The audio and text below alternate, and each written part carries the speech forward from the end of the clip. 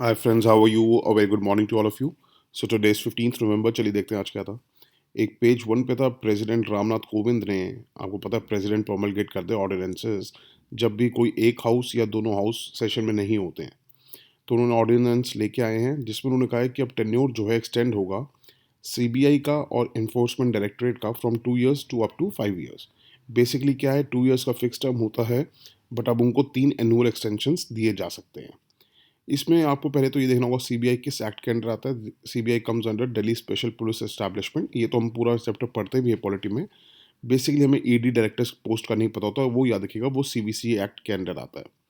अब ऑपोजिशन का कहना ये है कि जब विंटर सेशन शुरू होने वाला था 29 नवंबर से, तो ऐसी क्या ज़रूरत थी कि 2 हफ्ते पहले आपको ये ऑर्डिनेंस लेके आना पड़ा। या पॉइंट्स लिख सकते हैं और खुल के लिखिएगा, बोल्ड लेटर्स में लिखिएगा। सुप्रीम कोर्ट की रूलिंग भी आई थी कि सितंबर 8 को उन्होंने गवर्नमेंट को डायरेक्ट किया था कि कोई भी अगर आप एक्सटेंशन देना चाहते हैं ना टेन्योर का, मतलब सुपर एनुएशन हो जाता है या किसी की रिटायरमेंट हो जाती है या कोई अपनी एज अचीव कर लेता है, और अगर आपने उसको एक्सटेंशन देना है तो वो सिर्फ शॉर्ट पीरियड के लिए होना चाहिए, और रीज़न जो है आपको रिकॉर्ड करना चाहिए कि आप वो एक्सटेंशन क्यों दे रहे हो। कोर्ट ने ये भी नोट किया कि जो ऐसी एक्सटेंशंस होती हैं वो सिर्फ रेयर और एक्सेप्शनल सर्कमस्टांसेस में दी जानी चाहिए, कि अगर कोई ऑनगोइंग इन्वेस्टिगेशन चल रही है जो उसको फैसिलिटेट करने के लिए आप दे सकते हैं, ये नहीं कि आप अपनी मर्जी से कभी भी दे सकें। तो आपको पता है जैसे जो ईडी के चीफ है ना इस टाइम प्रेजेंटली, संजय कुमार मिश्रा, उनको रिटायर होना था 17 नवंबर को। तो उसी चीज़ को फैसिलिटेट करने के लिए ये ऑर्डिनेंस लेके आया गया है।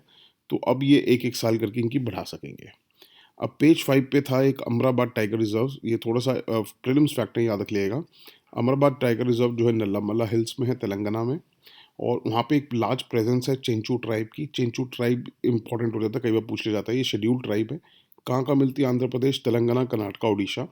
और कई बहुत सारी चेंचू ट्राइब जो है नल्ला फॉरेस्ट ऑफ आंध्र प्रदेश में भी रहती है।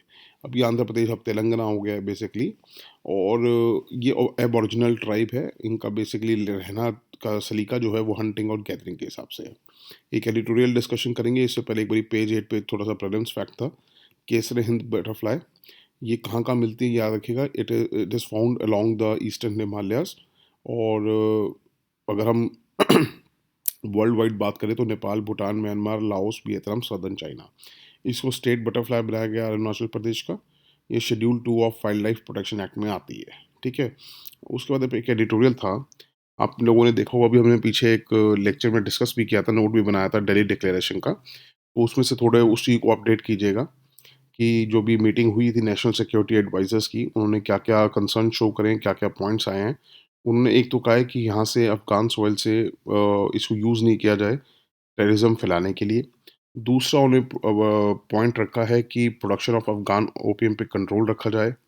तीसरा उन्होंने कहा है जेंडर इश्यूज, माइनॉरिटी राइट्स को एक ध्यान रखा जाए, तालिबान जो है ध्यान रखें इन चीज़ का।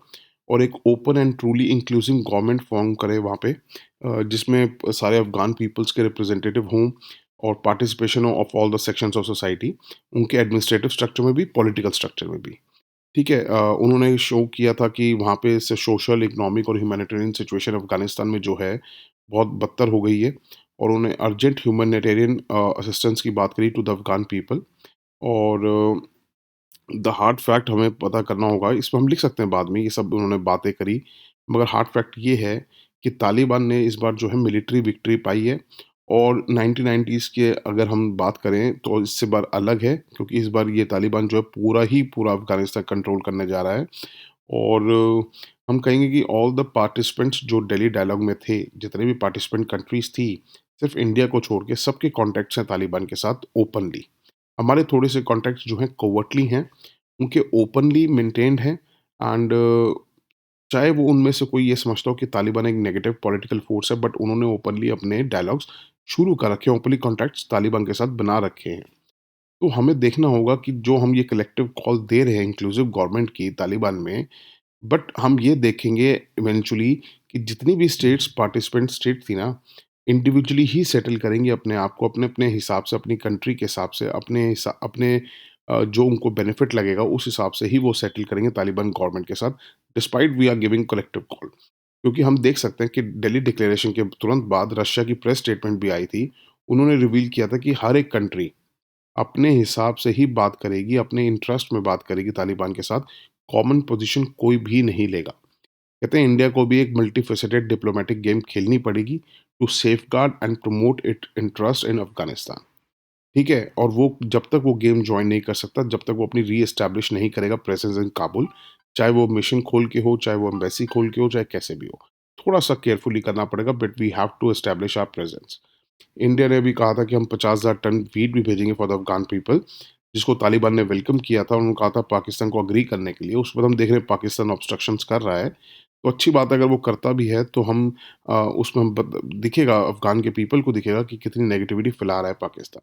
ठीक है? इन पॉइंट्स को आप अपडेट कर लीजिएगा। इससे ज़्यादा आज कुछ नहीं था। That's it for today. Thank you so much for listening and have a good day. Bye. Take care. God bless you all.